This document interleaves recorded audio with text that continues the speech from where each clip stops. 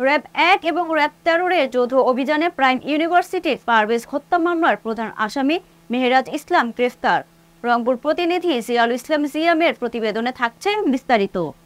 বাংলাদেশ আমার অহংকার, এই মূলমন্ত্রকে বুকে ধারণ করে elite force rapid action battalion RAB চাঞ্চল্যকর হত্যা, ধর্ষণ, অপহরণ, খুন, নারী ও শিশু নির্যাতন এবং মাদকের বিরুদ্ধে নিয়মিতভাবে সর্বাত্মক অভিযান পরিচালনা করে আসছে। র্যাবের চলমান এই অভিযানের ধারাবাহিকতায় সুনির্দিষ্ট তথ্য ও গোপন সংবাদের ভিত্তিতে র্যাব ১৩ সিপিসি ৩ গাইবান্ধা ক্যাম্পের একটি আভিযানিক দল তথ্য প্রযুক্তির ব্যবহার ও গোয়েন্দা তথ্যের মাধ্যমে জানতে পারে যে ঢাকা মেট্রোপলিটন পুলিশের বনানী থানার চাঞ্চল্যকর প্রাইম ইউনিভার্সিটির জাহিদুল ইসলাম পারভেজ হত্যা মামলার এজাহার নামীয় ১ নম্বর আসামি মোহাম্মদ মেহেরাজ ইসলাম গাইবান্ধা জেলার সদর থানা এলাকায় অবস্থান করছে।